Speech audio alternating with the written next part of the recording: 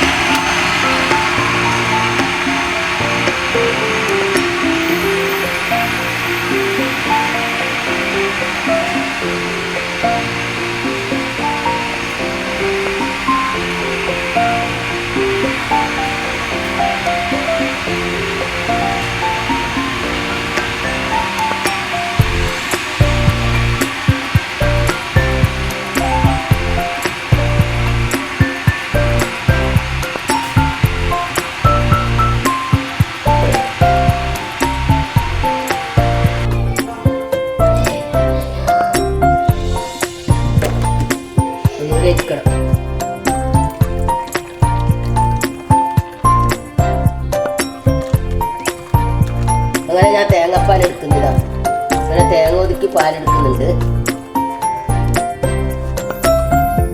ഇതൊന്നും കൂടി അരിക്കണം. ഞാൻ വേഗയിൽ ഒഴിക്കുന്നതാണ് പടപടം.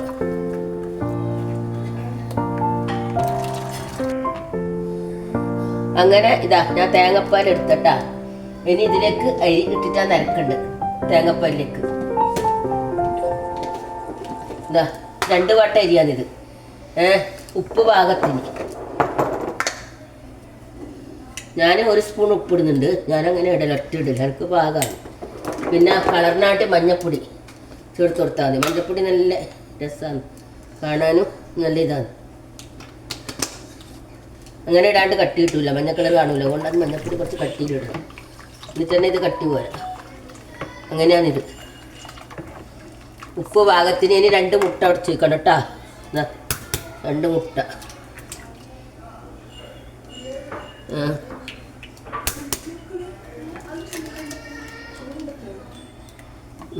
ഇത് അടിക്കുമ്പോൾ മഞ്ഞ ഇത് ഒരുപോലെ ആവും. ജ്യൂസിലടിക്കണം അത്ര. മഞ്ഞ മതിയല്ല, കളറുണ്ടാ. ഇനി അരിയും കൂട്ടണം അത്രയല്ല. ഇനി ആ ജ്യൂസ് പൊടിയിട്ട് അധികം വേണമെന്ന് പറയില്ലല്ലേ. ആദ്യം കുറച്ച് വെള്ളത്തിലരക്കാം.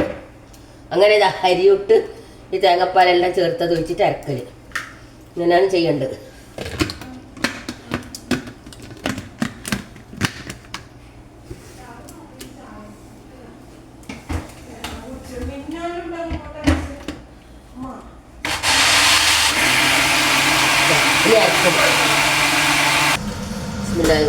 ഇത് അങ്ങനെ ഞാൻ സിൽക്ക് ദോശ അരച്ചത് ഈ പാകത്തിൽ. ഇതാ ഇങ്ങനെ കുറച്ച് ലൂസായിട്ട് അരക്കണ്ട കേട്ടോ സിൽക്ക് ദോശ.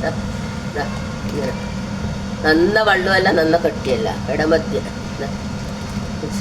അങ്ങനെയാണ് ഉണ്ടാക്കേണ്ടത്. ഇത് ജീരകശാല അരിയാണ്. ജീരകശാല അരി അതിനെടുക്കുന്നുണ്ട്.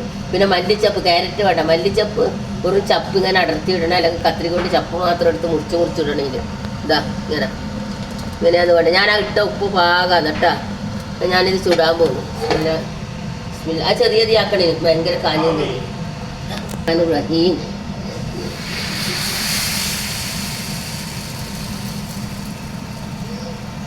ഇതാ ഇങ്ങനെയാന്ന് വെക്കണ്ട.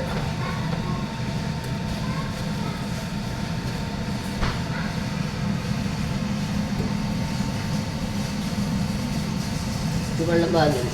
അങ്ങനെ മേലെ കുറച്ച് മിൽമ തടി കൊടുക്കണം കേട്ടോ. ഇങ്ങനെ കുറച്ച് ഇതൊരു ടേസ്റ്റിനാണ്, ടേസ്റ്റ് കിട്ടുന്നല്ല. മിൽമര മണും ഈ ജീരകശാല അരിയുടെ മണും എല്ലാം കൂടി ഭയങ്കര ടേസ്റ്റായിരിക്കും. ബിസ്മില്ലാഹിർ റഹ്മാനിർ റഹീം. അങ്ങനെ നമ്മളെ സിൽക്കി ദോശ ഇവിടെ റെഡി ആയിരിക്കുന്നു. ഭയങ്കര ടേസ്റ്റ് ഉണ്ട് തിന്നുന്നവരെല്ലാം പറയുന്നത്. നിങ്ങളെല്ലാവരും ഉണ്ടാക്കി നോക്കണം. എന്നിട്ട് അതിൻ്റെ അഭിപ്രായം കമൻറ്റ് ബോക്സിൽ ഇടണം. സബ്സ്ക്രൈബ് ചെയ്യാത്തവരുണ്ടെങ്കിൽ ചെയ്യണം കേട്ടോ, ലൈക്കും ചെയ്യണം. ഇൻഷാ അല്ലാഹ് അടുത്ത വീഡിയോ വരെ മാസലാം.